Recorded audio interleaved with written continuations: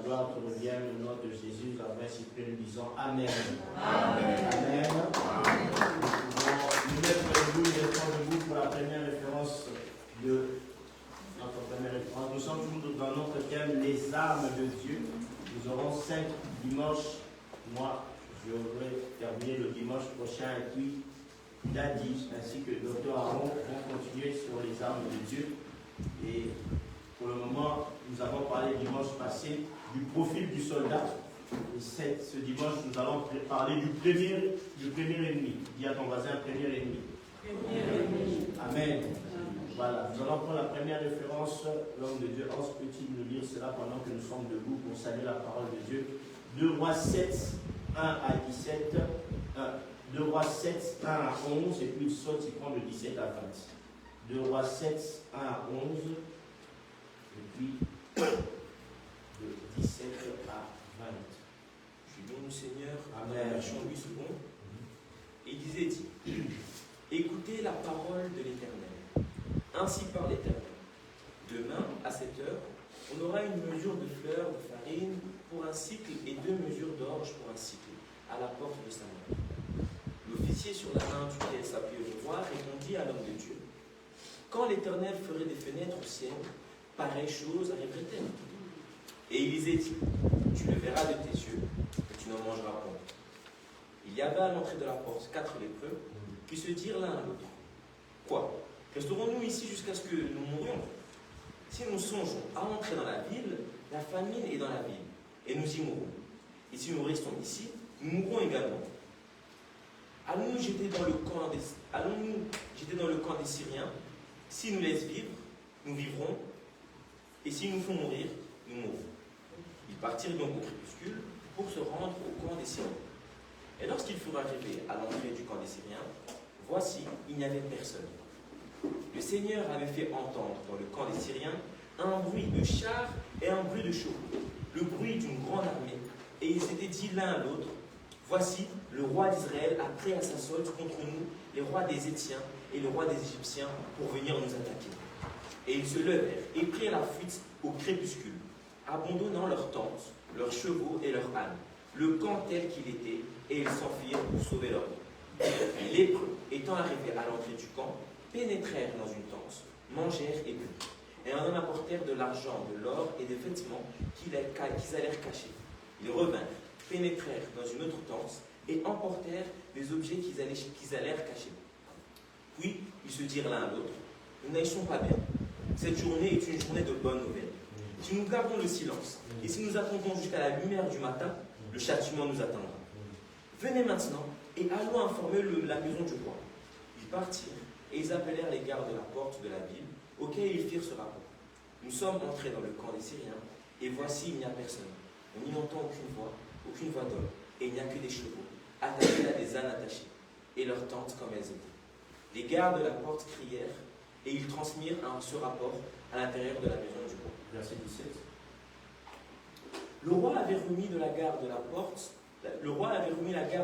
à l'officier sur la main duquel il s'appuyait. Mais cet officier fut écrasé à la porte par le peuple et il mourut, selon la parole qu'avait prononcée l'homme de Dieu, quand le roi était descendu vers lui. L'homme de Dieu avait dit alors au roi, on aura 2 mesures d'orge pour un cycle et une mesure de fleurs de farine pour un cycle. Demain, à cette heure, à la porte de Samarie. Et l'officier avait répondu à l'homme de Dieu, quand l'Éternel ferait des fenêtres au ciel, pareille chose arriverait-elle? Et Élisée avait dit, tu le verras de tes yeux, mais tu ne le mangeras point. C'est en effet ce qui lui arriva. Il fut écrasé à la porte par le peuple, et il mourut. Amen. Amen. La parole du Seigneur. Nous y croyons. Amen. Regarde ton voisin, lui, bon appétit. Amen. Alors, notre culte d'aujourd'hui, le sous-thème, c'est premier ennemi. Le premier ennemi, il y aura beaucoup de références que nous allons donner. À chaque fois que je le lirai, il faut très bien les noter. Notre premier ennemi. Ici, on a parlé des armes de Dieu. Alors, le thème principal du mois, c'est les armes de Dieu. La semaine passée, on a parlé du profil du soldat de Dieu. Et cette semaine, on parle du premier ennemi. Ce premier ennemi. Qui est ce premier ennemi? Ce n'est pas le seul ennemi. Ce n'est même pas, comme diraient les jeunes qui supplient filmer les séries, l'antagoniste principal, mais c'est l'antagoniste le plus important. Parce que si on ne le bat pas lui, si on ne le domine pas lui, on ne sait pas dominer les autres. Amen. Amen. Si on ne le bat pas lui, si on ne domine pas sur lui, on ne peut pas remporter la victoire sur les autres. C'est à cause de lui que les chrétiens ont du mal à remporter des victoires. C'est à cause de lui, on va le dénoncer aujourd'hui, on va parler de lui et on va donner quelques éléments de comment le vaincre. Amen. Parce que si lui, on ne remporte pas la victoire sur lui, il est difficile de remporter le combat qui est le plus dur. Parce que lui, ce n'est pas un adversaire de l'extérieur, lui c'est un adversaire de l'intérieur. Amen. Amen. Lui, il n'est pas le combat des enfants de Dieu, c'est souvent un combat d'extérieur. On lutte contre des forces qui sont contre nous. Mais lui, si on ne le remporte pas, si on ne gagne pas contre lui, à l'intérieur, on a du mal à remporter la victoire à l'extérieur. Est-ce que je parle à quelqu'un? Amen. Amen. Amen. Avant d'expliciter la référence de 2 rois que nous avons lu, nous allons prendre Matthieu 21, 19 à 21. Matthieu 21, 19 à 21. Je vais lire son nom de Jésus. Matthieu 21, 19 à 21. Il dit ceci. Voyant un figuier sur le chemin, il s'en approcha.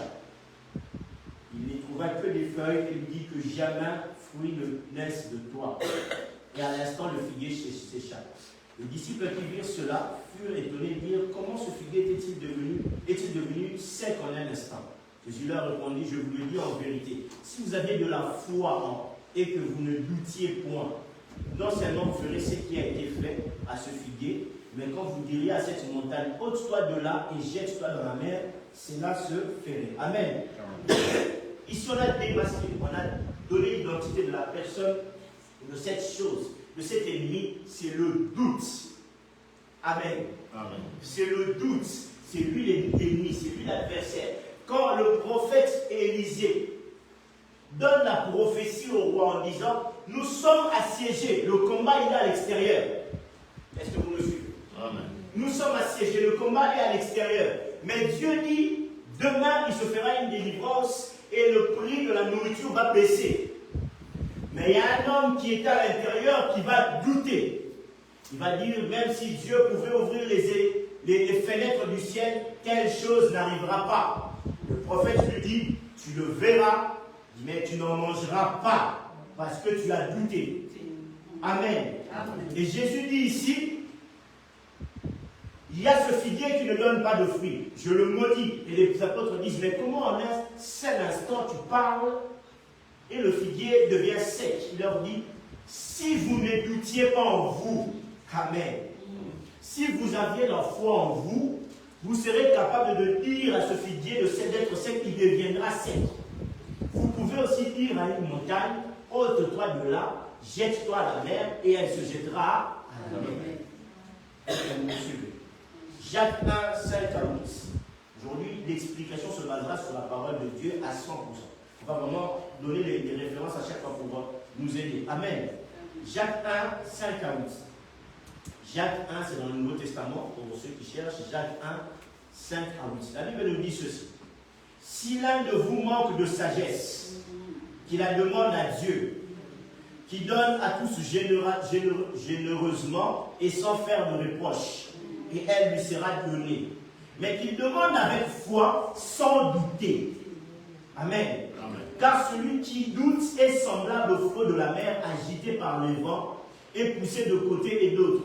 Qu'un tel homme ne s'imagine pas qu'il recevra quelque chose de Dieu. C'est un homme irrésolu, inconstant dans toutes ses voies. Celui qui doute, qu'il ne s'imagine pas qu'il recevra quelque chose de Dieu. C'est ce même Jacques qui a dit, vous ne recevez pas parce que vous priez mal. Je parle à quelqu'un. Celui qui doute, celui qui a l'adversaire en lui, le doute, c'est nous-mêmes. Le doute, quand nous remportons la victoire sur le doute, nous remportons la victoire sur nous-mêmes. Nous remportons la victoire sur les 5 sens. Amen. Amen. Je parle à quelqu'un. J'ai donné mon témoignage. Si j'avais douté en me disant, la procédure que je suis en train de faire n'est pas la bonne, je n'aurais pas eu le résultat que j'ai eu. Est-ce que je parle à quelqu'un? Est-ce que vous me suivez? Amen. Nous, quand on était jeunes, c'est un exemple, hein, c'est passé. Je ne dis pas aux frères de faire la même chose. Nous, quand on était jeunes, j'ai fait rire pour tester ça une fois, j'ai dit, on avait la théorie de 19 secondes. Quand tu voyais une jeune femme dans la rue, tu voulais l'aborder, tu la trouvais bien, tu avais 19 secondes pour la convaincre. Donc tu devais enlever tous les doutes de ton cœur pour aller lui parler. Est-ce que vous comprenez? On chronométrait, on disait, si dans les 19 premières secondes, elle te calcule pas, laisse tomber. Ok? On avait ce courage-là. Mais parfois, aujourd'hui, les frères, quand ils se convertissent, ils avaient le courage d'aborder les gens, mais quand ils se convertissent, ils n'ont plus le courage de parler du Seigneur. Il faut avoir le même courage. Est-ce que vous comprenez? Je parle à quelqu'un. On a des frères qui ont suivi. Vous-même, vous êtes retrouvés dans cette situation. Amen. Amen. Simplement, quand tu doutes, il n'y a pas de résultat. Le doute appelle forcément la peur. Celui qui doute n'ose pas. Jacques a dit ici, si quelqu'un doute dans son cœur, il est comme le flot de la mer, il est emporté. Ça veut dire qu'il part avec une résolution. Il sort le matin, il dit, je veux réussir, je veux le faire, j'irai. Mais plus il avance, plus il commence à douter. Est-ce que c'est moi? Est-ce que c'est Dieu? Est-ce que c'est pas un caprice? Est-ce que vraiment je veux réussir? Est-ce que vraiment... Et puis il est... Est-ce que vous comprenez? Et Dieu dit, Paul et Jacques dit que telle personne ne pense pas qu'il peut obtenir quelque chose de Dieu. Jésus, limite même, il se moque un peu des apôtres. Il leur dit, vous êtes avec moi, mais vous ne comprenez toujours pas le principe de la foi. Est-ce que vous comprenez? Vous ne comprenez toujours pas que si vous êtes à mes côtés, si vous avez la foi, vous avez la capacité de faire la même chose que moi. Quand le prophète a parlé, c'est la parole de Dieu. Mais l'officier a dit, même si Dieu peut ouvrir, il a limité Dieu. Dieu n'aime pas qu'on le limite. Il a dit, même si Dieu ouvrait les fenêtres du ciel, telle chose n'arrivera pas. Le prophète a dit, ah, tu le verras, mais tu n'en mangeras pas. Amen. Amen. Ceux qui doutent ont l'habitude de voir les autres progresser, mais eux ne profitent pas. Ceux qui doutent, ce sont eux qui sortent les fameuses phrases. Moi, je suis venu seulement sur la terre pour accompagner les autres. Tu n'es pas venu pour accompagner les autres parce que tu as douté, les autres n'ont pas douté, ils ont avancé. Est-ce que vous me suivez? Demandez à ceux qui ont créé des entreprises, des grandes entreprises. Ils créent une entreprise dans un garage, mais ils se rendent compte qu'il n'y a pas de fonds, il n'y a rien qui avance. Certains d'entre eux vont vous donner des témoignages, vont vous dire, on est parti là-bas, on nous a arnaqués, on est parti ceci, on nous a fait ceci. Mais ils ont persévéré. Amen. Parce qu'ils étaient convaincus. Celui qui ne doute pas, il est convaincu. Amen. Il y a une mère qui m'appelle et me dit, pasteur, est-ce que tu penses que je dois vraiment mettre mon enfant dans telle école? J'ai eu un mauvais pressentiment par rapport à cette école-là. Je n'aime pas. J'ai dit, ah, si tu as une mauvaise pressentiment par rapport à cette école-là et que tu préfères laisser l'enfant dans l'école où elle est, ça veut dire que c'est déjà un signe de Dieu. Oh non, moi j'attends encore des signes de Dieu. Ok. Il y a une maman qui vient lui parler, il dit, ah, tu voulais mettre l'enfant là-dedans, il va pas là-bas, mon enfant était là-bas, c'est une très mauvaise école, très mauvaise école. Oh mais pasteur, la maman là m'a dit c'est une très mauvaise école, mais j'attends encore un autre signe de Dieu. J'ai dit jusqu'à quand? Parfois Dieu est lassé, il vous envoie tous les signes du monde. Moi je lui dis, tu veux quoi? Que Dieu descende du ciel, il ouvre la bouche, il dit, ne mets pas l'enfant à l'école. Et là tu vas écouter. Mais vous savez que les gens même comme ça, nous diront. Je vais vous donner un verset de la Bible, vous allez voir que même comme ça, les gens doutent. Est-ce que je parle? Amen. Amen. Amen. Matthieu 14 au verset 31. Matthieu 14 au verset 31. Matthieu 14 au verset 31, Jésus nous dit ceci. C'est l'histoire de Pierre qui voit Jésus marcher sur l'eau. Amen. Jésus marche sur l'eau. Ils étaient en train de chercher Jésus. Ils le trouvent sur l'eau. D'abord, il pose la question. Ça, c'est déjà le début du doute. Est-ce que c'est toi, c'est un fantôme, ou c'est vraiment toi? Parce qu'on ne t'a jamais vu marcher sur l'eau. Ça devient un peu bizarre. Jésus leur dit, oui, c'est moi. Pierre maintenant rajoute. Ça, c'est encore le... En fait, Pierre doutait déjà. Il voulait mettre à l'épreuve. Jésus dit, si c'est vraiment toi, permets que je marche sur l'eau. Jésus lui dit, ah, tu veux jouer à ça? Il n'y a pas de souci. Marche sur l'eau. Il commence à marcher sur l'eau. Il dit, non, je suis en train de marcher sur l'eau. Et puis plus il marche, il dit, bon, est-ce que je suis vraiment en train de marcher sur l'eau ou pas? Dès le moment où il doute, vraiment il commence à couler, il commence à crier, oh Seigneur, viens au secours de moi. Jésus, la Bible lui dit sur Matthieu 14, 31, aussitôt, Jésus tendit la main, le saisit, lui dit, homme de peu de foi. Écoutez la suite, pourquoi as-tu douté? Amen. Amen. Non, j'aimerais qu'on le dise tous ensemble. Pourquoi as-tu douté? Amen. Amen. Jésus le regarde et dit, je t'avais déjà permis de marcher sur l'eau. Amen. Amen. C'est comme si moi j'envoie Brenda, j'ai dit, va chez maman Arlette pour récupérer la voiture. Je lui donne les clés. Brenda part, et puis se rend compte que, bon, il m'a donné les clés. Mais pourquoi il me donne les clés? Mais finalement, le pasteur, il revient et me dit, pasteur, pourquoi tu m'as donné les clés? Je dirais, mais je t'avais déjà donné les clés pour aller récupérer la voiture. Pourquoi tu es revenu? Est-ce que vous me comprenez? Jésus dit, je t'ai déjà permis de marcher sur l'eau. Jésus nous regarde, enfin il dit, je vous ai déjà donné le pouvoir. Je vous ai déjà ouvert les accès. Mais pourquoi vous coulez encore? Vous coulez encore parce que vous doutez. Et après vous vous posez des questions. Mais pourquoi, comme David dans la Bible dit, pourquoi ma souffrance est-elle continuelle? Vous vous posez la question, pourquoi moi je ne réussis pas? Pourquoi moi je ne fais pas? Parce que tu as douté. Jacques a dit qu'une telle personne ne pense pas recevoir quelque chose de Dieu. Bon, je parle à quelqu'un. Amen. Amen. Amen. Même quand je suis en train de donner cette parole, il y a déjà le combat dans votre cœur de se dire, est-ce que c'est que le pasteur est en train de dire c'est possible?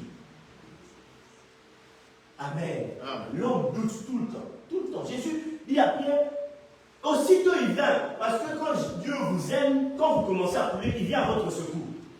Mais quand il vient à votre secours, il vous reproche quand même pourquoi vous avez accepté. La Bible dit quoi? Vous êtes des dieux, mais vous mourrez comme des hommes. Je ne sais pas encore. Vous êtes des dieux, mais vous mourrez comme quoi? Des hommes. Qu'est-ce que cette référence, la Bible dit? Vous êtes des êtres spirituels. Est-ce que vous me suivez? Vous êtes censés dominer. Il y a déjà une parole de la Bible qui dit, partout où la plante de vos pieds fouleront, vous seront donnés. Mais comment se fait-il que vous arrivez à un endroit où vous êtes censé dominer? C'est vous que l'on domine. Amen. Amen. Tout comme cette référence d'Ecclésiaste dit sur verset 6 qui dit, ce qui m'étonne sur la terre, c'est que les esclaves sont sur les chevaux et les princes marchent. Amen. Il y a des princes et des princesses ici qui se comportent comme des esclaves. Vous vous mettez vous-même dans des esclavagismes. Il est très compliqué, très difficile pour un pasteur de convaincre une personne que tout ce qui lui arrive dans la vie, ce n'est pas les démons, ce n'est pas les sorciers, c'est lui-même. À chaque fois, nous les pasteurs, Papa Déo est là, Docteur Aaron est là, quand on rencontre des personnes, parfois tu as juste envie de lui dire, il n'y a aucun esprit, les gens cherchent même les esprits. Il y a des gens même qui t'appellent, pasteur, j'ai l'impression que je suis possédé. Tu n'es pas possédé, c'est ton doute à toi-même. Il suffit juste que tu travailles, tu vas réussir. Pasteur, j'ai l'impression que je suis encore lié. Hier, il y a une soeur qui m'appelle et me dit, pasteur, j'ai l'impression, c'est une Camerounaise, elle me dit, j'ai l'impression que c'est les fétiches de ma famille, du Cameroun qui me lit. J'ai dit, ça n'a rien à voir. Pourquoi? Elle dit, parce qu'à chaque fois que je fais les cours, ça ne va pas. J'ai dit, mais est-ce que tu vas même au cours? Oh non, je ne vais pas au cours. J'ai l'impression que c'est un démon qui m'empêche d'aller au cours. Ce n'est pas un démon, c'est que tu n'as juste pas envie d'aller au cours. Amen. Et comme tu ne vas pas au cours, ben tu ne t'appliques pas, tu ne réussis pas. Il n'y a pas de démon derrière ça. Il y a juste un manque d'application. Est-ce que vous me suivez? Amen. Moi, je ratais à l'école. Je sais pourquoi je ratais à l'école. Parce que je ratais à l'école parce qu'il y avait certaines choses que je ne faisais pas. Amen. Des choses. Mais à l'école, je me suis appliqué, j'ai réussi. Les êtres humains aiment souvent donner. Parfois, le diable, il est là, il dit, je ne suis pour rien dans cette histoire. Mais pourquoi on me cite? Oh non, c'était des démons. Je n'y suis pour rien dans l'histoire. Oh, c'est les démons de famille. Les démons de famille, mais je dis, je n'y suis pour rien. On m'avait déjà chassé. Pourquoi vous me ramenez? Moi, j'étais déjà parti. Je ne suis plus là dans l'histoire. C'est lui-même. Je parle à quelqu'un. Amen. Les combats extérieurs, nous le savons. Une personne qui est attaquée, qui subit des oppressions la nuit, qui a la paralysie, qui est ceci, ça nous savons que ce sont des esprits. Est-ce que vous me suivez? Amen. Mais une personne qui lui dit, tu as toutes les capacités pour créer une entreprise et qui dort à la maison en train de gonfler, ce n'est pas un esprit, c'est lui-même. Je parle à quelqu'un. Amen. débats. Ça, c'est surtout les frères. Parce que moi, j'ai peut-être été appelé au même ministère que l'apôtre Paul de ne pas me marier. Travaille, trouve de l'argent, va voir la sœur, propose ça. Si elle dit non, Dieu te donnera une autre. Mais toi, tu ne fais rien, tu es là, tu regardes souvent les sœurs, ou peut-être parce que moi j'ai l'esprit de Paul. Ce n'est pas l'esprit de Paul, c'est toi-même qui ne veux pas bouger. Et nous sommes spécialistes en accusation des autres. C'est sûrement les parents qui ne m'ont pas bien éduqué. Ah, vous voyez, les parents des Blancs, ils ont souvent mis d'argent de côté pour leurs enfants et maintenant ils n'ont pas fait ça. Tu fais quoi? Est-ce que tu vas continuer à te plaindre? Amen. Est-ce que tu vas continuer à te plaindre? Pose la question à ton voisin. Est-ce que tu vas continuer à te plaindre? Amen. Celui qui doute, il n'est pas stable. Dieu est sévère avec ceux qui doutent. Très sévère. Dieu n'aime pas qu'on puisse douter. Surtout qu'on puisse douter que lui, il est capable. Amen. Il n'aime pas qu'on doute de lui. Si on prend dans Matthieu 28 au verset 17. Matthieu 28 au verset 17.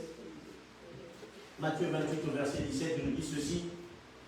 Quand ils le virent, Matthieu 28 au verset 17, ils se prosternèrent devant lui, mais quelques-uns eurent des doutes. Wow. Vous savez, cette histoire-là, on est en train de parler de qui? On est en train de parler, pas du Jésus avant la mort. Là, on parle du Jésus ressuscité. Ça veut dire que il est mort, il est ressuscité, il a apparu devant eux. Et là, au moment où on est en train de parler, c'est le moment où les amène à Galilée, leur dit, je suis en train de repartir vers le Père.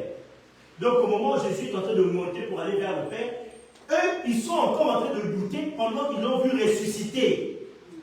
C'est pour ça que je vous ai dit qu'il y a certaines personnes, même si Dieu ouvre le ciel en leur disant, fais ça, ils vont encore douter. Est-ce que ce n'est pas le diable qui s'était déguisé en ange de lumière pour me parler?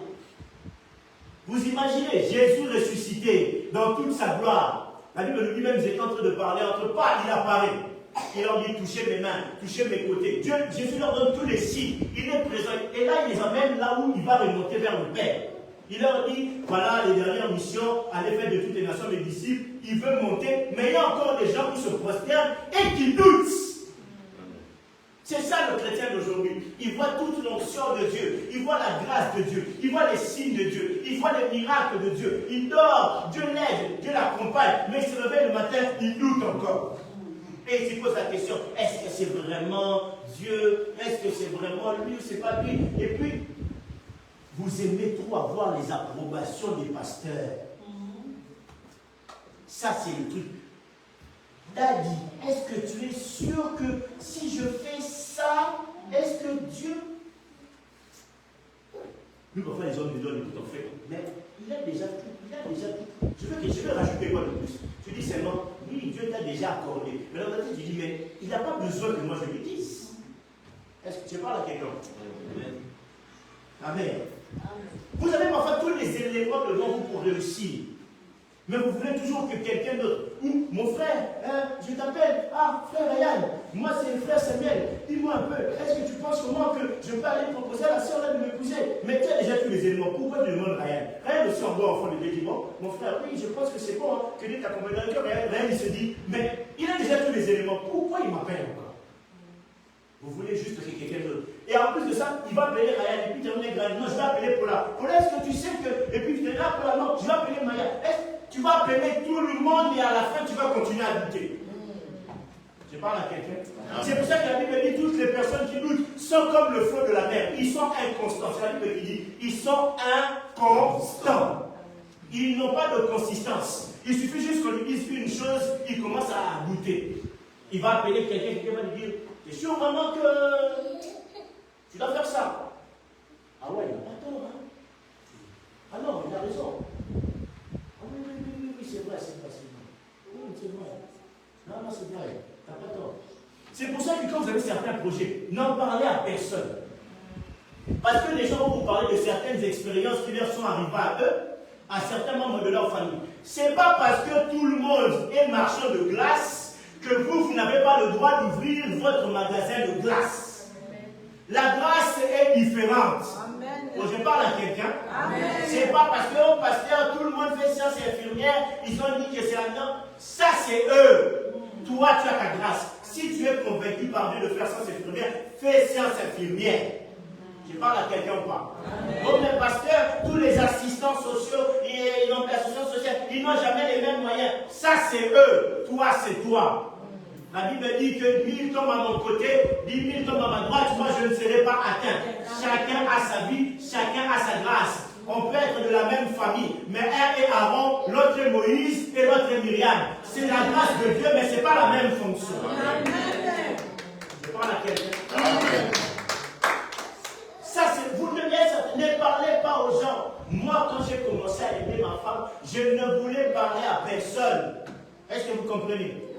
C'était moi-même je suis en train de baratiner la serre, moi-même je suis en train de draguer la serre, j'envoie des messages, moi-même, en plus mon frère me répondait des mois après, mais je suis en train de tenter, tout seul. C'est quand j'ai vu que c'était fait, là je vais parler aux autres. Je parle à quelqu'un.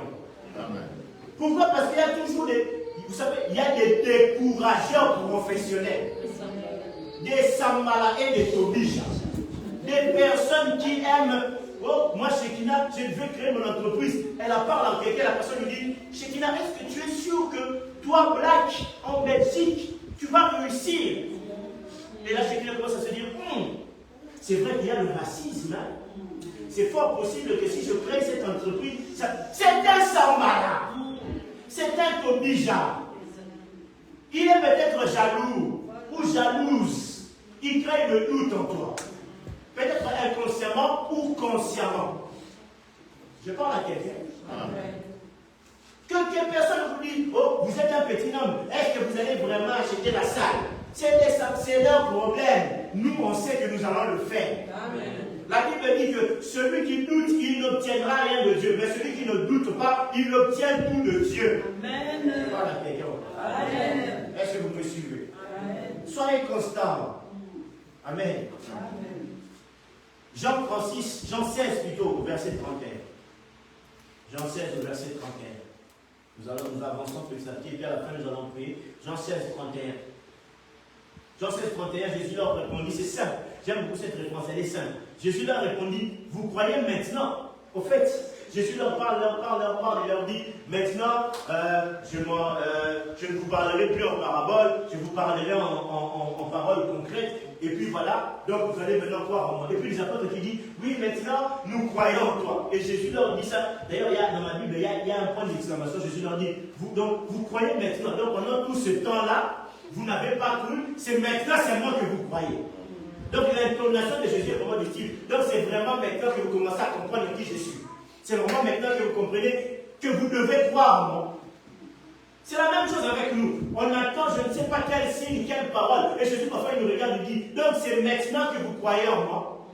Le frère Hans a fait sa poésie, il a dit, quand je suis dans la barque, je n'ai pas peur. Dans la barque, les disciples étaient là. Il y avait le vent, il y avait l'eau, il y avait ceci. Ils se posaient la question, on va mourir. Et le pire, c'est qu'ils ne vont pas réveiller Jésus pour que Jésus les aide. Ils vont réveiller Jésus en lui disant, Jésus, nous allons mourir. Ça, c'est des choses que Dieu n'aime pas. Il a avec vous confessez déjà à mort. Jésus, nous allons mourir. Simon Pierre a dit, allez le réveiller là-bas derrière. Lui, il dort pendant que nous allons mourir. Et Jésus se lève, il les passe. Il a, sur le moment, il ne les a même pas calculés, il ne les a même pas parlé. Il a dit, eux là, ça ne sert à rien. Il part, il arrive devant le vent et l'eau. Il calme le vent et l'eau. Il dit, tais-toi, le vent et l'eau se calment. Et puis il se retourne devant et il leur dit, homme de peu de foi.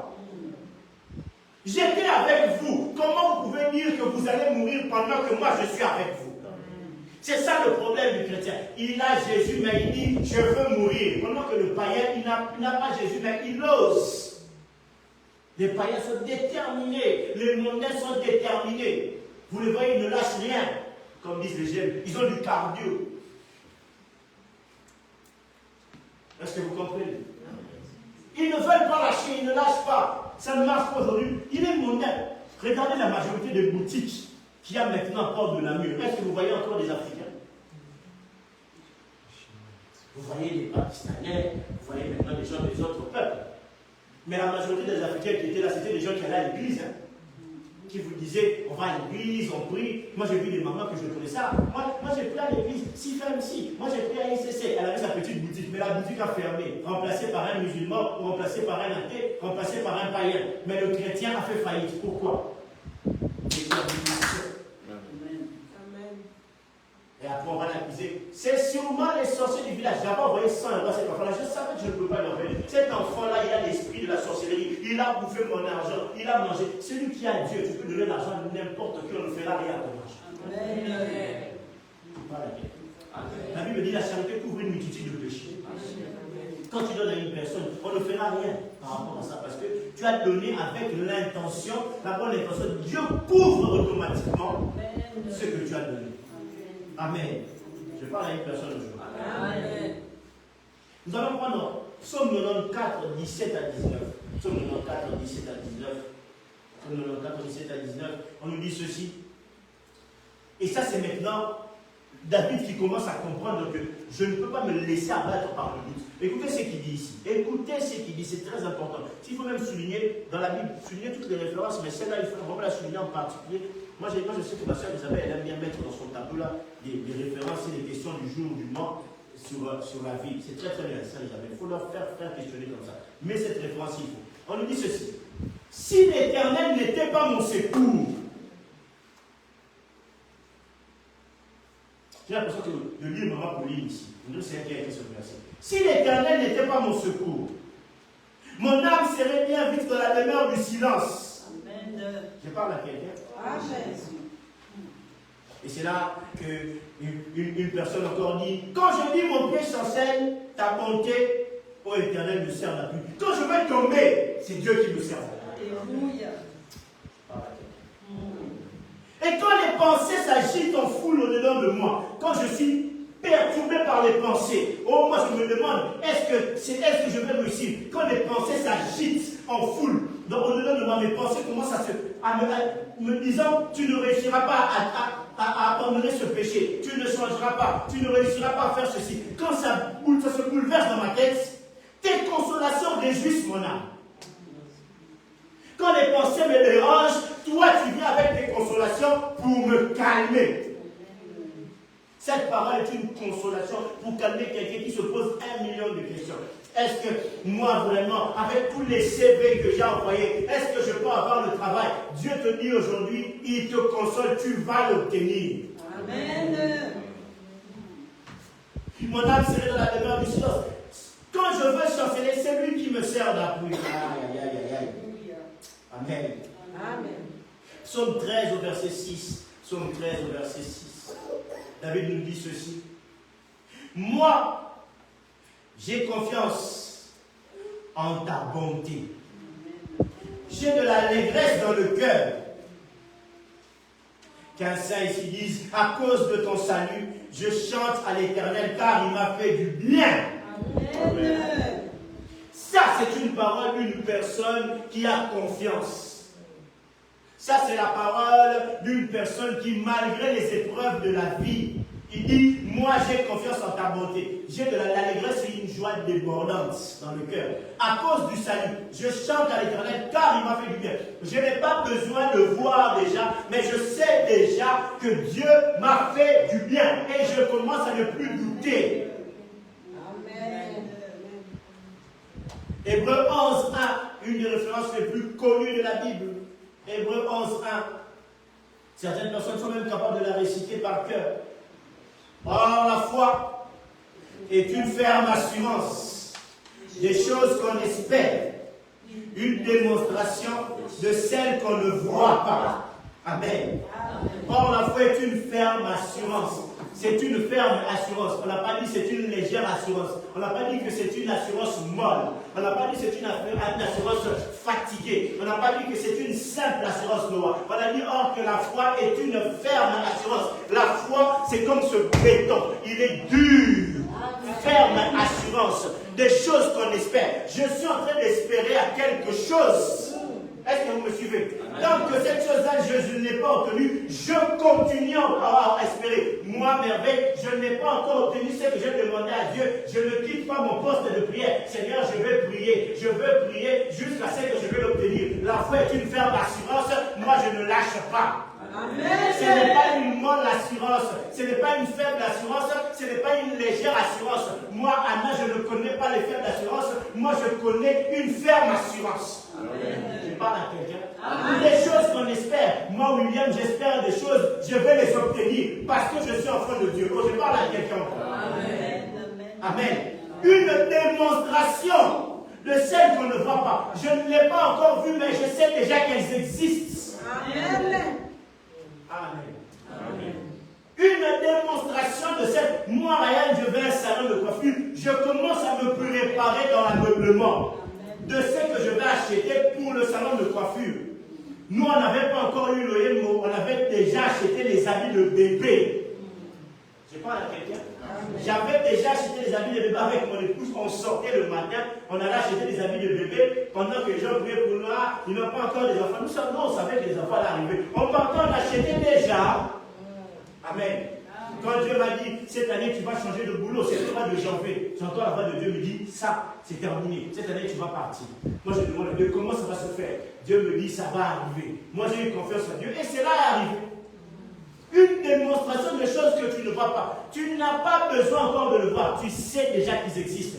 Dans le temps de Dieu, on a prêché ici la dernière fois entre le temps de Dieu, le chronos, c'est ça? Si je me rappelle.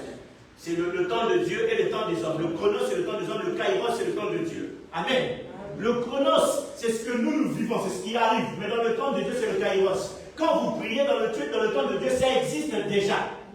Mais après un moment dans le kairos, ça va venir rejoindre le chronos. Ça veut dire le temps des hommes. Ça veut dire la prière que tu as déjà faite. Dieu a dit à Daniel, dès le moment où tu as prié, tu as été exaucé. Mais Daniel a vu l'exaucement 3 semaines après. Mais Dieu avait déjà exaucé. Dans le temps de Dieu, c'est déjà fait. Mais dans le temps des hommes, ça va arriver. Je parle à quelqu'un. Mais Daniel, qu'est-ce qu'il a fait? Il n'a pas arrêté de prier. Docteur Avant nous a prêché cette dernière fois la prière d'Élie. Est-ce que vous vous rappelez de ça? La prière d'Élie. Élie dit, j'entends un bruit qui annonce la pluie. Est-ce qu'il s'est arrêté? Il a déjà entendu un bruit, il aurait pu attendre, bon, je vais attendre que la pluie tombe. Il dit, non. Pour que la pluie accélère, pour qu'elle vienne vite, je vais aller prier. Et il est parti prier. À chaque fois, il guettait. Est-ce qu'il y a un nuage? Oui, il n'y a pas un nuage, je retourne prier. Est-ce qu'il y a un nuage? Il n'y a pas un nuage, je retourne prier. Jusqu'à ce qu'on lui a dit, on est en train de voir un nuage. Il n'a même pas voulu un grand nuage. On lui a juste dit, un petit nuage qui ressemble à un point. Est-ce que vous le savez? Un petit nuage qui ressemble à un point, ça a suffi à Élie. Il a dit, c'est bon, l'exaucement est arrivé. Parfois, c'est le petit signe là qui vous annonce déjà que l'exaucement a commencé. Élie arrive, il a dit, je vois ce petit nuage, c'est bon, c'est la pluie. Il dit à Akab, commence à courir, il va pleuvoir. Le roi n'avait même pas terminé de monter sur son char, qu'il a commencé à pleuvoir. Je parle à quelqu'un. Quand Dieu vous dit que je vais vous donner, restez en prière, guettez les signes de Dieu. Restez en prière, guettez les signes de Dieu. Restez en prière, guettez les signes de Dieu. Ne doutez pas dans votre cœur. Parce que quand il a dit que Dieu n'est pas un homme pour mentir, ni un fils de l'homme pour se repentir. Ce qu'il a dit, il l'accomplira. La prophétie attend-la, elle s'accomplira et elle s'accomplira certainement. Amen. Amen. Psaume 27, 13, 14. Psaume 27, 13, 14, on dit ceci. Oh, si je n'étais pas sûr de voir la bonté de l'Éternel. Ah là là là. Ça veut dire que David lui-même, il est dans des troubles. Il est dans des troubles. David est dans des troubles terribles, docteur Aaron. Il est dans des troubles. Mais il dit lui-même, il se rassure. Il dit, si je n'étais pas sûr de voir la bonté de la terre, de l'Éternel sur la terre des vivants. Et puis il dit, espère à l'Éternel. Fortifie-toi et que ton cœur s'affermisse. Espère à l'Éternel. Il est en train de s'auto-coacher. Amen. Il est en train de s'auto-coacher. En modeste, je vois que ça ne va pas. Tu vois que tout autour de moi n'est pas bien. Ça n'avance pas. Ah, modeste. Si je n'étais pas sûr de voir la bonté de Dieu sur la terre des vivants, j'aurais pleuré. Mais comme je sais que je verrai la bonté de Dieu, je ne veux pas pleurer. Alors je m'auto-coach. Espère à l'Éternel. Espère à l'Éternel. Espère à l'Éternel.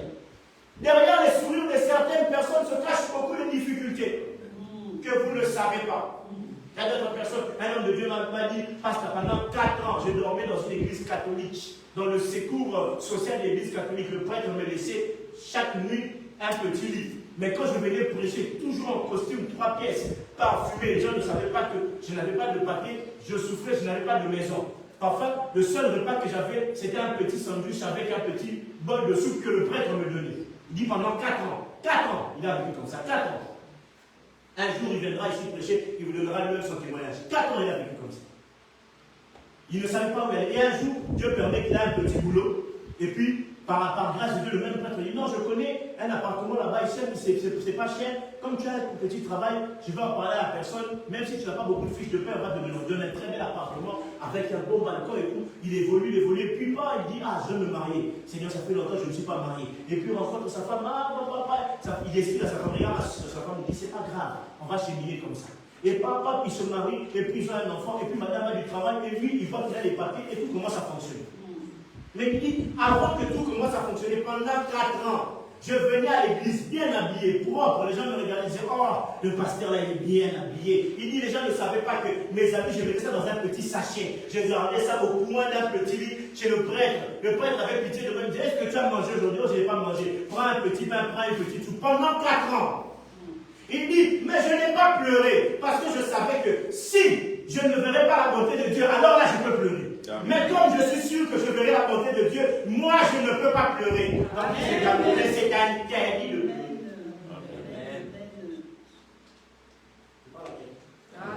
Amen. Amen. Des gens. Mais il y a des personnes qui se sont dit, comme le leitmotiv, moi je ne peux pas pleurer, parce que je suis sûr, je verrai la bonté de Dieu. Alors, il commence à s'auto-coacher. Fortifie-toi, affermis-toi, espère à l'Éternel. Moi aussi, fortifie-toi. Ah, je n'aurai pas peur. Moi, merveille, je regarde dans le miroir. Fortifie-toi. Même s'ils ont dit ceci, je m'en fous. Fortifie-toi. Amen. Amen. Frère, c'est ce que je peux continuer. Toujours. Voilà. Amen. Psaume 42, verset 12. Nous sommes en train de donner des remèdes contre le mythe. Psaume 42, verset 12. On nous dit ceci. Pourquoi t'as bâti mon âme? Ça, c'est déjà les images qu'il a écrit. Et j'ai mis tu au-dedans de moi. Espère en Dieu. Écoutez la suite. Écoutez la suite. Écoutez la suite.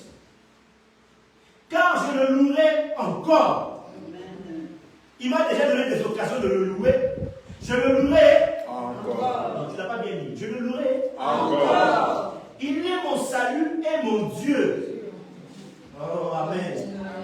Psaume 25 au verset 3 nous dit ceci. Psaume 25 au verset 3, ça c'est des références qu'il faut noter. Quand ça ne va pas, vous relisez ça, on nous dit ceci. Psaume 25 au verset 3 nous dit, aucun de ceux qui espèrent en toi ne sera confondu. Quand tu espères en Dieu, tu ne peux pas être confondu. Amen. Romains 5, 3 à 5. Romains 5, 3 à 5 nous dit ceci. Bien plus nous glorifions même des afflictions, sachant que l'affliction donc une douleur extrême, produit la persévérance. La persévérance produit la victoire dans l'espérance. Et cette victoire, l'espérance. Or, l'espérance ne trompe point, parce que l'amour de Dieu est répandu dans notre cœur par le Saint-Esprit qui nous a été donné. Celui qui persévère donne naissance à la victoire dans l'épreuve. Et cette victoire-là donne naissance à l'espérance. Ça veut dire que celui qui a déjà gagné, il sait qu'il va encore gagner.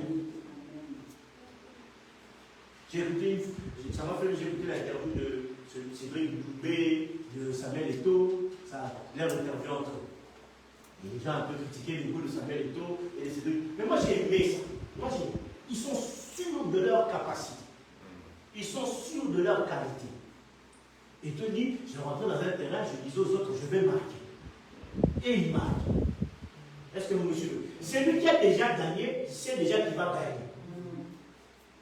Celui qui est ceinture noire pour 3e dan de karaté, il sait déjà qu'il y a très peu d'êtres humains sur la terre qui peuvent le prendre. Je parle à quelqu'un. Nous, on avait notre ami Steve Bokelo, qui est devenu pasteur aujourd'hui quand il était petit. Steve, on était à Mumbai, vous savez que les enfants de Mumbai, c'est un peu quand même des turbulents. Mais lui, c'était le seul qui a vraiment fait du sport à l'époque. On était jeune, il avait 12 ans, il était pur. Lui, quand tu voyais déjà, tu vois, le frère est pur.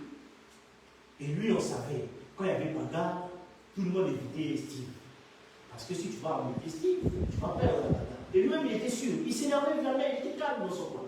Il savait que s'il y a bagarre, je me rappelle que les enfants d'une autre école sont venus se battre avec nous. Ils sont venus, ils ont vu Steve sortir. Ils ont fait, ah non, lui on le connaît, non. Non, lui on va le tester. Non, lui on le teste. Nous maintenant, on marche avec lui parce qu'on savait que non, le gars, il est là. Est-ce que vous comprenez? Donc, il avait l'habitude de gagner les bagarres. Donc, il n'avait pas peur de la bagarre. Il savait que si je vais en bagarre, je vais d'office gagner le mental. On nous dit ici, la victoire produit l'espérance. Celui qui a déjà gagné, il a l'espoir qu'il gagnera toujours. Le problème des enfants de Dieu, c'est que vous avez déjà gagné une fois, mais vous arrivez devant certaines situations, vous commencez à voir l'attitude des gens qui ont perdu. Je parle à quelqu'un. Amen. Amen. Et j'ai même entendu Lucie dans son esprit qui a dit, parce que ça c'est vraiment pour moi. Amen. Amen. Jacques 1, 2 à 4. Nous allons cheminer puis nous terminerons. La notre référence que nous donnerons le mardi. Jacques 1, 2 à 4. Jacques 1, 2 à 4, on dit, mes frères, regardez comme un sujet de joie complète les diverses épreuves auxquelles vous pouvez être exposés, sachant que l'épreuve de votre foi produit la persévérance. Mais il faut que cette persévérance accomplisse parfaitement son œuvre, afin que vous soyez parfaits et accomplis sans faillir en rien. Amen. Amen. Jean 16, 33. C'est l'une des références préférées de Dan du pasteur Léo.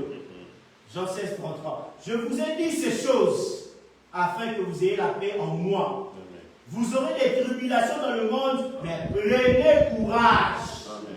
Et la fin nous dit, j'ai vaincu le monde. Non, on va le répéter. J'ai vaincu le monde. Ça veut dire le monde qui entoure. Jésus nous dit, prenez courage. Moi, je marche avec vous. J'ai vaincu le monde. Kélim, aussi costaud qu'il est, il sait que quand il marche avec papa, papa va assurer. Est-ce que vous comprenez? Papa va assurer. Quand il était au parc, je l'ai dit au parc, il a eu un moment, mon père, il a couru, il est venu chez papa. Il n'est pas venu chez le voisin ou chez le monsieur, la dame, il est venu chez qui? Chez papa. Nous, on marche avec Dieu, il a dit lui-même, prenez courage, j'ai vaincu le monde. Ça m'a fait rire, j'ai regardé Shaquille O'Neal hier, Shaquille O'Neal aussi grand qu'il est, 2 mètres 16. Il dit, moi il y a 2 personnes qui m'ont fait peur sur la terre. Il dit, j'étais en train de me balader et quelqu'un me tape sur l'épaule. Vous savez, Shaquille O'Neal est costaud. Il dit, je me retourne pour le rentrer, je vois que c'était Mike Tyson. J'ai fait, oh Mike, comment ça va, tu vas bien, ça va? Il dit, j'ai eu peur parce que le film c'est quand même Mike Tyson, il peut m'en faire guérir, je vais tomber. Est-ce que vous comprenez? Il a reconnu que, aussi grand que je suis, aussi petit qu'il est, lui, il peut me mettre au carreau. Est-ce que je parle à quelqu'un? Qui va l'embêter avec les autres? Personne, parce que tu sais déjà le gars, ça va pas. Il a dit, je me baladais aussi, quelqu'un me tape encore, je me retrouve, je vois, oh c'est John Jones. Il me dit, ah, John Jones, ça va. Je sais déjà que lui, champion de MMA, il va me mettre au carreau. Est-ce que vous comprenez? Un John Jones, qui va l'embêter, John Jones? Il passait à l'aéroport, même les gens lui disaient, ah ça va, même les gars ne lui disaient rien. Il y avait un champion de MMA ici qu'on connaissait, Overeem. Il est parti en soirée, on a tapé son frère. Il est parti, vous savez qu'il est portier. Les gens très costauds qui font du sport.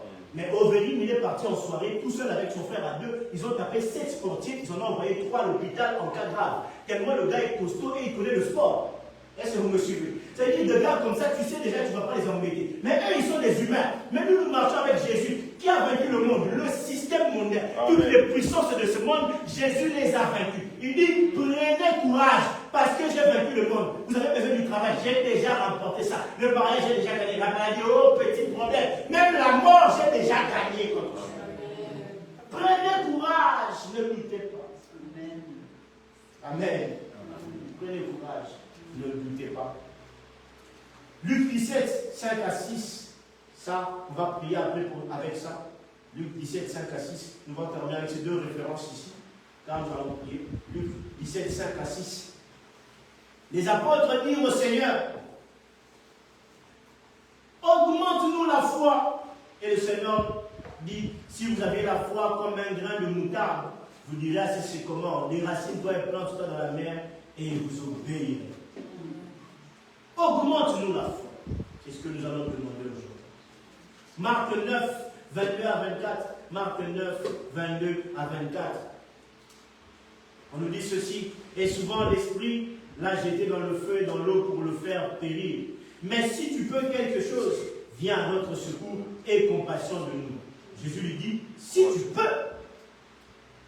Comment Jésus bloque même. Si tu peux. C'est à moi que tu dis si tu peux. C'est un peu comme dans le film de Niro. Tu sais qui je suis? C'est à moi que tu dis si tu peux. Et puis ensuite on dit, tout est possible à celui qui croit. Aussitôt le père de l'enfant s'écria, je crois, viens au secours de mon incrédulité. Toi aussi parfois tu poses la question à Jésus, est-ce que tu peux? Il te répond, c'est à moi que tu demandes si je peux. C'est comme si tu allais voir Bill Gates, tu lui demandais, tu lui dis, est-ce que tu peux me donner 100 €? Il va te répondre, c'est à moi que tu penses que je ne peux pas. 100 € c'est quoi pour lui? Le gars a 100 milliards en banque. 1% de sa fortune, c'est déjà quasiment au-delà de 100 millions. Et tu lui demandes 100 € et tu lui dis, est-ce que tu peux? Bien sûr qu'il peut. S'il te donne 100 €, ce n'est même pas un déjeuner pour lui. 100 €, c'est rien pour lui. Ce n'est même pas le 0,0 de sa fortune, c'est rien pour lui. Moi, si tu me demandes 100 €, je te donne 100 €, je regarde dans mon compte, je dis, ah, il y a quand même un gros trou. Lui, il te donne 100 €, c'est comme s'il t'avait donné 1 centime. Est-ce que vous me comprenez? C'est rien pour lui. Jésus lui dit la même chose. Le Père lui dit, si tu peux, Jésus lui dit, oui, je peux. Tout est possible à celui qui croit. Jésus renvoie la balle au Père lui dit, moi je peux le faire. Mais je te rappelle que toi aussi tu peux le faire. Tout est possible à celui qui croit. Et le Père ayant commencé à dire, oh Seigneur, viens au secours de mon incrédulité. Viens au secours du fait que je doute. Nous aussi nous allons prier par rapport à ça. Amen. Amen. Les lépreux, ils étaient 4 lépreux. 4 lépreux. Pour en revenir à notre première référence, 4 lépreux. 4 personnes considérées comme ne pouvant pas entrer dans la ville. Des personnes qu'on a mis à l'extérieur. La semaine passée, quand on a parlé des soldats, des Christ, on a dit, ce sont des gens qui de base ne sont pas considérés. Dieu choisit des personnes comme ça que le monde ne trouve pas. La Bible dit, Dieu a choisi des choses viles pour confondre les sages. Est-ce que je parle avec vous? 4 lépreux qu'on n'imagine pas qu'ils sont capables de faire des exploits. Pendant que l'armée n'arrive pas, mais les 4 lépreux se disent, si on reste ici, on va mourir. Si on avance, alors allons-y seulement, avançons. Mais Dieu a transformé leur pas comme le pas d'une grande armée pour faire fuir les Syriens. Est-ce que vous comprenez? Et quand ils ont remporté la victoire, ils ont dit, on ne peut pas garder ça pour nous. Aujourd'hui, c'est une journée de bonnes nouvelles. On doit aller en parler aux autres. Quand ils ont parlé aux autres, la nouvelle s'est répandue. Celui qui avait goûté n'a pas mangé. Mais eux qui n'ont pas goûté, ils sont partis, ils ont réussi. Je parle à quelqu'un. Il y a des bonnes nouvelles qui vont arriver dans notre famille si seulement nous nous arrêtons de douter. Amen. Il y a des bonnes nouvelles qui arriveront dans cette église si seulement toi tu arrêtes de douter. Il y a des choses qui changeront si seulement toi tu te dis je suis capable de le faire. Il y a des choses qui changeront si tu dis je marche avec Jésus. Dieu est avec moi, je vais réussir à le faire. Pour que la bonne nouvelle commence, il faut qu'il y ait des gens qui puissent croire. Pour que les bonnes nouvelles commencent, il faut qu'il y ait des gens qui puissent oser. Tant que nous n'oserons pas, il n'y aura pas de bonnes nouvelles qui commenceront. Pour qu'on puisse arriver au montant qu'on a aujourd'hui, c'est parce que le docteur Aaron nous a dit, le Seigneur en a besoin. Le Seigneur veut qu'on puisse lui donner pour acheter. On n'a pas douté, on a commencé. Quand on a commencé, on était encore à la maison. Est-ce que vous me suivez? Et maintenant qu'on est à la salle, on n'est pas les plus nombreux. Les gens ont peut-être 3 cultes, 4 cultes, 5. Nous, on n'est pas si nombreux. Mais nous sommes en train d'oser. Si vous voulez que la bonne nouvelle soit à la salle, continuons à oser. Si vous voulez que la bonne nouvelle donne le travail, continuez à oser. Si vous voulez que la bonne nouvelle soit le diplôme, continuez à oser. Que dans votre cœur, vous ne puissiez pas douter. 4 lépreux. On ne vous considère peut-être pas dans vos familles. On ne vous regarde peut-être pas comme les personnes les plus importantes. On vous voit comme des personnes pour la mettre de côté. Mais Dieu a décidé que c'est par vous que la victoire va rentrer dans tous les secteurs de votre vie. Est-ce que je parle? Est-ce qu'on peut se mettre? On peut se mettre. Nous sommes en jeûne et prière. Nous allons demander à Dieu ceci. Tu vas dire à Dieu comme les apôtres. Et comme ce Père. Les apôtres ont dit à Jésus, j'aimerais vraiment que tu pries. Tu n'es pas en train de te faire une repentance. Les apôtres parlaient. Le Père a même crié. Il a dit, viens au secours de mon incrédulité. Je doute. Oui, tu doutes. Moi, je doute. Toi, tu doutes. Nous doutons. Dis à Dieu, viens au secours de mon incrédulité, je ne veux plus douter. Et demande comme les apôtres, Seigneur, augmente-moi la foi. Donne-moi cette foi qui est capable de renverser les forteresses. Donne-moi cette foi qui est capable de dire à la montagne, jette-toi dans l'eau, et elle se jette dans l'eau. Je ne veux plus lutter. Comprendre les signes de Dieu, avoir le discernement. Demande à Dieu, viens au secours de mon incrédulité, de mes doutes, augmente-moi la foi. Est-ce qu'on peut commencer à prier? Prions au nom de Jésus. Alléluia. Non, je veux t'entendre me prier. Prie à Dieu. Dis-lui, viens au secours de moi, de mon incrédulité. J'ai douté pendant longtemps. Père, donne-moi une foi, Père, assurance, que je sois assuré, constamment assuré. Que Père, tu me fais du bien, Père, que tu marches avec moi. Tu m'as dit, rassure-toi, j'ai vaincu le monde. Rassure-toi, j'ai vaincu le monde. Père, viens au secours de mon incrédulité, des moments où je me suis posé la question, est-ce que je vais m'en sortir? Oui, il m'est déjà envie de dire, Père, est-ce que pourquoi, malgré mes prières, c'est dans ce genre de choses m'arrive?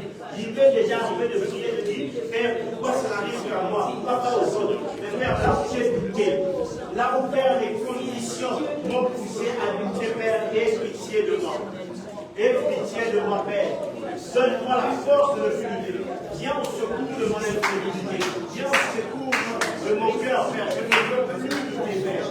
Je ne veux plus, Père. Je veux que tu te donnes. Augmente-moi la foi. Demande à Dieu de m'augmenter la foi. Augmente-moi la foi. Cette maladie ne restera pas. Elle n'est pas à la mort. Cette situation a besoin de la foi. A besoin que je cherche la foi. Oh, j'ai besoin d'un soldat, d'un militaire qui doit exercer la foi. Où sont les hommes de foi et les femmes de foi? Les hommes de foi et les femmes de foi crient comme des personnes qui ont une assurance. Prie avec assurance.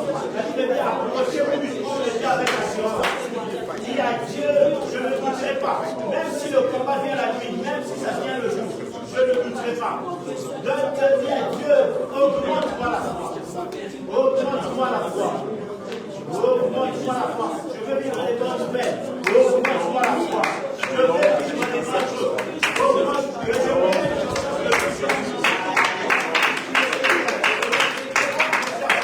Même si je combats la vie, ça c'est un combat de l'extérieur. Les combats de l'extérieur se gagnent d'abord à l'intérieur. D'abord à l'intérieur. D'abord à Dieu,